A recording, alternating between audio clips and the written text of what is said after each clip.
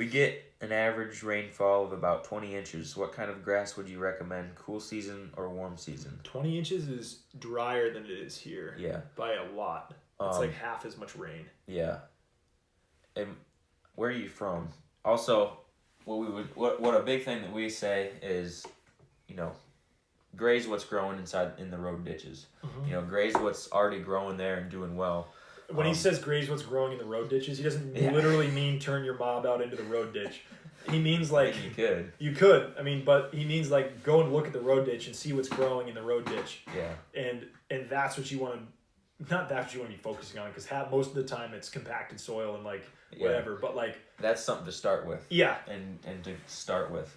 Because that stuff's going to grow there regardless of what happens. So if you can graze what's growing in the road ditch, you're gonna be doing pretty well.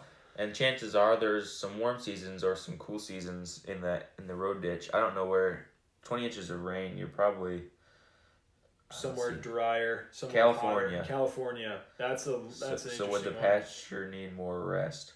Yeah. Probably. Yeah, for sure. So the deal with rest and recovery and rainfall is basically you don't really need to necessarily worry about the rainfall. You just have to worry about the forage.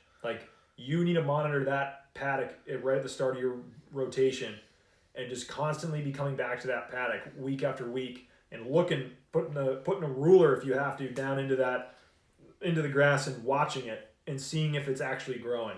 Is it recovering? And you cannot come back to that original paddock until that paddock is fully recovered. And so if you don't get a lot of rain, the grass is going to grow slower, which means it's going to take you a lot longer. You need to take a lot longer to come all the way back around to that original paddock. So you should be stocked so that you can shrink your paddock size down to be able to get that longer recovery period. You've got to match the recovery of the plants. Mm-hmm. It's like recovery of the plant is your recovery period. Mm-hmm. However long it takes for a plant to regrow and recover is how long your full rotation needs to be. Mm-hmm. At a very basic level. That's what you need to be focusing on.